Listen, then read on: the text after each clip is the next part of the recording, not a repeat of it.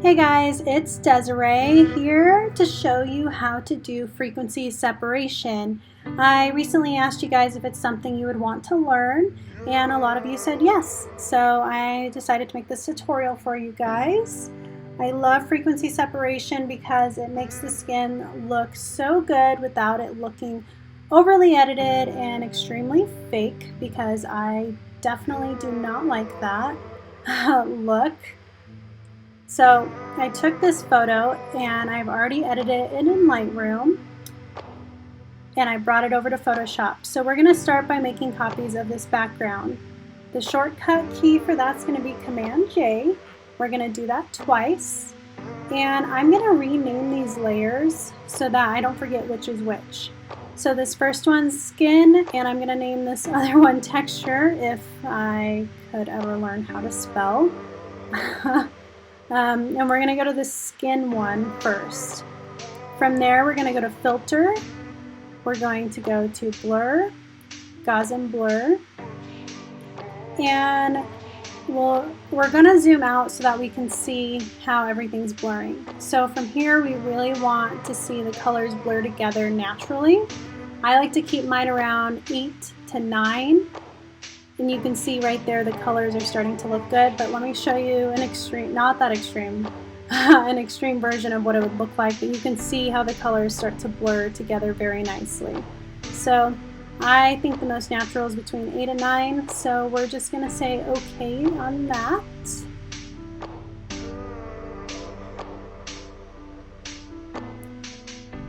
From there, we're going to click the texture. And we're going to go to image, apply image. We're going to go to the layer skin. From there, we are going to go to blending. We're going to do add. We're going to invert it, and we need to make sure it's scaled to offset 0. Otherwise, it's not going to work correctly. So from there, we're going to push OK. And I know this looks crazy, but we're going to fix that. Stay on texture, go to normal, click that, and we're going to go down to linear light. From there, I like to group them so I can see a good before and after. And if you did this right, if you click it on and off, it's going to look the exact same, and there's your image. So from there, I'm going to reopen the group. I'm going to duplicate my skin because that way if I mess up, then I can just delete it.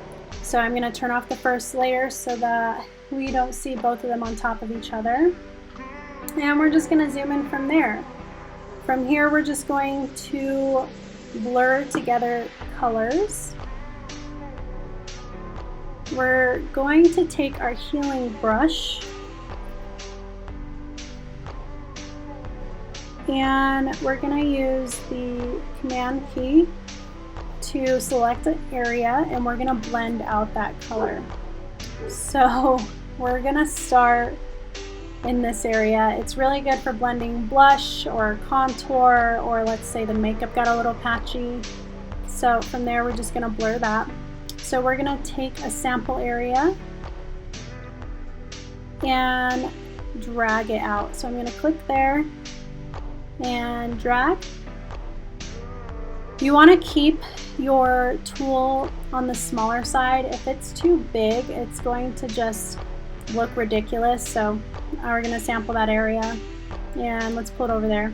And you can see now there's this huge blotch that makes no sense. So just Command Z that if you mess up, it's totally okay, but try and keep your tool smaller. That way you can start to really blend out those colors. So you can see it's a little harsh there, so I'm going to bring out that color a little bit there as well. Nothing too hard. It's just something you're going to have to play with. It's not going to be perfect the first time you do it, but that's totally okay. You guys don't want to see my first images. So I'm just going to continue to blur a little bit right here. If that's hard for you to see the actual colors, I'll show you a trick here in just a second. That'll make it a little bit easier for you.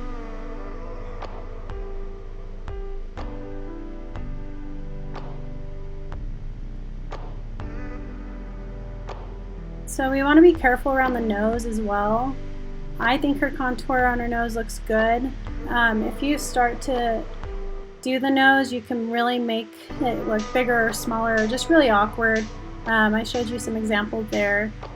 I tend to get a harsh highlight on foreheads just because I am a natural light photographer and that's the light shining through the window. So I tend to drag that out just a little bit to make it a little less harsh, a little bit more blended, almost like a highlight versus some extreme highlight from the window. So I'm just going to drag that out.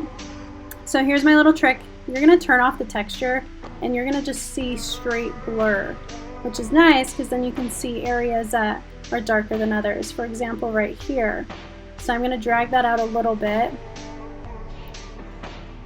And you can see there's a little bit of a light area right there, which made no sense. So I'm just dragging colors out there. And the point is just to make everything blend really nicely. Kind of like if you were to mix two colors in water painting. Is that what it is? In water painting. So you want those to blend together well. Same thing with the skin. So when it has texture turned off, it's a little bit easier to see. You can see right there it's a little bit dark. I didn't notice that prior to turning off the texture, so that's part of why I do this way. It's just another way to double check your colors, but you can see I can blend it out a lot easier now that I actually know what I am blending. So we're gonna just do a little bit more of that. Turn it back on, you know, bang, bang, boom. I don't know, guys. I just figured I'd show you how to do this.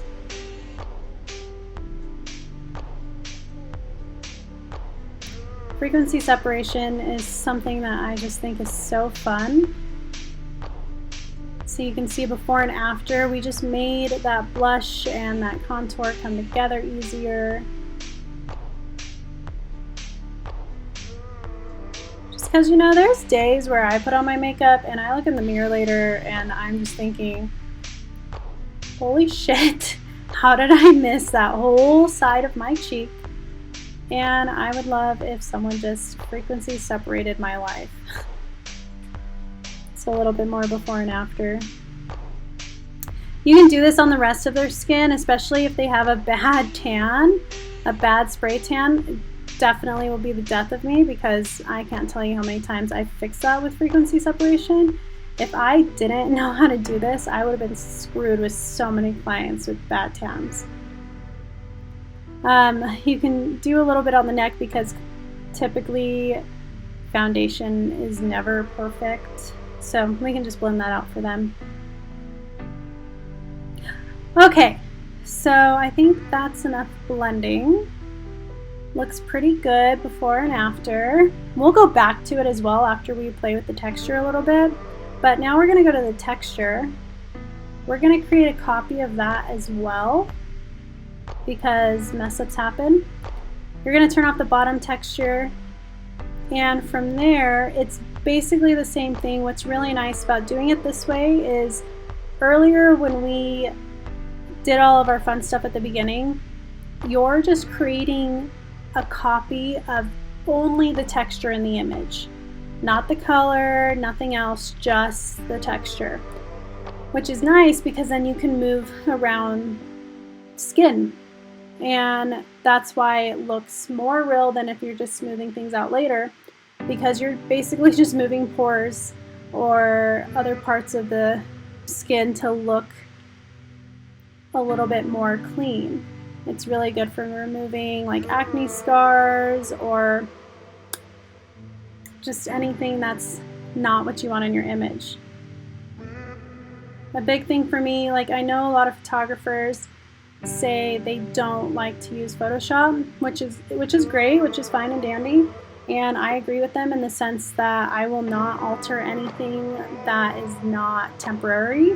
So for example, if I had a photo shoot and I asked the photographer to make me a size 2, I'm not a size 2, I wouldn't expect them to do that. I don't do that either. However, things like acne or the makeup missing your whole cheek like I would do, I'm gonna fix it because that's not a permanent part of them, and I wouldn't want my picture to have that, and I don't expect them to want that either. So I'm gonna clean it up. That's just how I do things. Some people might disagree, but you know what? That's the whole purpose of art, right? Do whatever your little happy heart desires. So we're just going to clean up some more of this area. It's okay if it looks a little off in certain spots because later I go back into the skin anyways and move the colors if I made something a little bit darker based off the texture. It's not a big deal. Everything's fixable. You can always Command J it if you hate it that much as well. So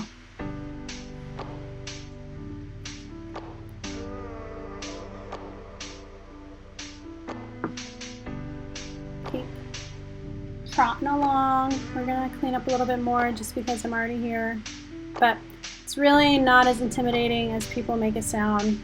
Everybody can do this if they want to. If you don't, all power to you. But, you know, I figured I would show you guys today.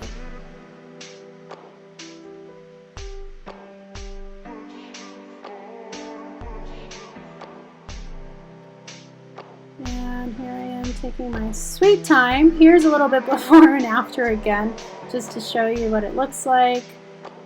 You can get little areas that you didn't see right away, like that little spot on the lip.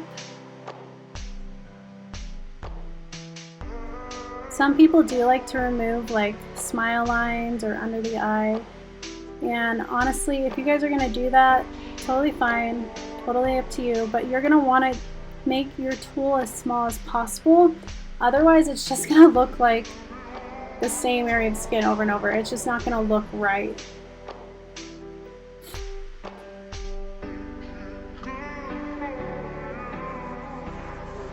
A little bit more over here. Living our best lives, working photography and editing every day of your life. I mean, that's what I do. I actually just got an office in my house, which I probably should have had a long time ago, but you know, I just kind of do whatever I want.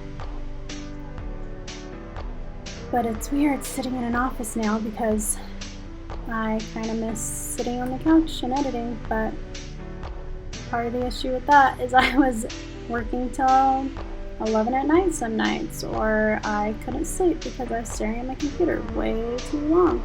So sometimes you can remove things like this. I don't think it's going to work here, but let's try it anyways. Otherwise, I'll go back and edit it later. Yeah, it's not going to work. It's pulling color. So yeah, looking pretty good. Always zoom out, double check your work. Make sure you love it. Just cleaning up some areas that I've missed.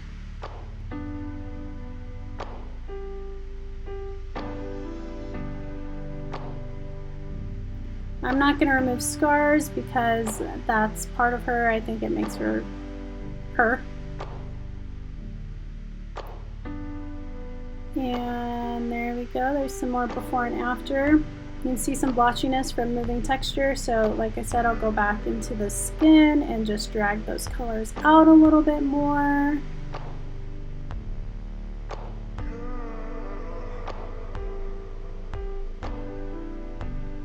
If your client ever asks you again why it's taking so long to do the pictures, or they want to know why you charge what you charge, go ahead and show my video.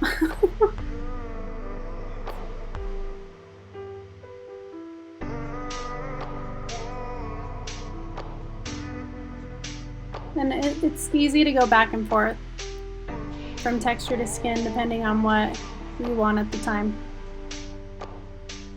It's a free-for-all. Do what you want. I'm just showing you the basic steps.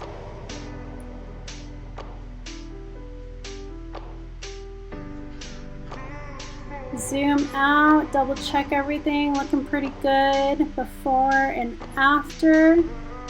And I'm just gonna clean this up once I'm done recording this and do a couple more things, but I don't want to bore you with my voice because I know it's the most glamorous voice in the world, but you know, I don't think you want to hear it for another 10 minutes. So I'm going to leave you guys at that. That's how you do frequency separation. I hope you learned something new. It is something that is definitely up to my game, and I hope you guys enjoyed. Thanks so much. Have any questions, leave a comment below. Otherwise, I will keep doing tutorials if you guys love them. Bye.